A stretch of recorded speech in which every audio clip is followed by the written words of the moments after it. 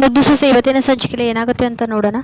ವಿದ್ಯಾ ಏನು ಮಾಡ್ತಾಳೆ ಅಂತ ಅಂದರೆ ಅವಳಿಗೆ ವಾಮಿಟ್ ಬಂದಾಗೆ ಆಗುತ್ತೆ. ಅದಕ್ಕೆ ಹೊರಗಡೆ ಬಂದುಬಿಟ್ಟು ವಾಮಿಟ್ ಮಾಡ್ಕೋತಾಳೆ. ಅದಕ್ಕೆ ರತ್ನ ಏನಾಯ್ತಮ್ಮ ನಿನಗೆ, ಹುಷಾರಿದೆ ತಾನೇ, ಹಾಸ್ಪಿಟಲಿಗೆ ಹೋಗಿ ಬರೋಣ ನಡಿ ಅಂತ ರತ್ನ ವಿದ್ಯಾಗೆ ಹೇಳ್ತಾಳೆ. ಆನಂತರ ಬೇಡ ಅಮ್ಮ, ಸ್ವಲ್ಪ ತಲೆ ಸುತ್ತಾ ಇದೆ, ಹಾಗೆ ಸ್ವಲ್ಪ ವಾಂತಿ ಆಯಿತು ಅಷ್ಟೇ, ನಡಿ ಒಳಗಡೆ ಹೋಗೋಣ, ಬಿಸಿಲಿದೆ ಅಂತ ಒಳಗಡೆ ಹೋಗ್ತಾರೆ. ಆನಂತರ ರತ್ನ ಏನು ಮಾಡ್ತಾಳೆ, ಒಬ್ಬ ಅಜ್ಜಿನ ಕರೆಸ್ಬಿಟ್ಟು ನೋಡಮ್ಮ ಯಾಕೋ ವಾಂತಿ ಮಾಡ್ಕೊಳ್ತಾ ಇದ್ದಾಳೆ, ಸ್ವಲ್ಪ ನೋಡಜ್ಜಿ ಏನಾಗಿದೆ ಅಂತ ಹೇಳ್ತಾರೆ. ಅದಕ್ಕೆ ಅವಳು ಕೈ ಹಿಡಿದು ನೋಡಿಬಿಟ್ಟು, ಮಂತ್ರಿಗಳ ಮನೆಯಲ್ಲಿ ಚಿಕ್ಕ ಮಂತ್ರಿ ಬರ್ತವ್ರೆ, ಎಲ್ಲರೂ ಖುಷಿ ಪಡೋ ವಿಷಯ, ಇಷ್ಟೇ ಟೆನ್ಷನ್ ಆಗಿದ್ದೀರಾ ಅಂತ ಅಜ್ಜಿ ಹೇಳಿದ ತಕ್ಷಣ ಎಲ್ಲರೂ ಖುಷಿ ಪಡ್ತಾರೆ. ಆಗ ವಿದ್ಯಾ ಅವ್ರ ತಂದೆ ಕೂಡ ಏನು ಹೇಳ್ತಾನೆ, ಈಗೆಲ್ಲ ಪ್ರಾಬ್ಲಮ್ ಸಾಲ್ವ್ ಆಯಿತು ಬಿಡಮ್ಮ, ಇನ್ನೇನು ಚಿಂತೆ ಮಾಡಬೇಡ ಅಂತ ಅವ್ರ ತಂದೆ ಹೇಳ್ತಾನೆ. ಅದಕ್ಕೆ ರತ್ನ ಕೂಡ ದೇವರಲ್ಲಿ ಕೈ ಮುಗಿದು ದೇವರಿಗೆ ತುಪ್ಪದ ದೀಪ ಹಚ್ತೀನಿ ಅಂತ ತುಪ್ಪದ ದೀಪ ಹಚ್ಚೋಕ್ಕೆ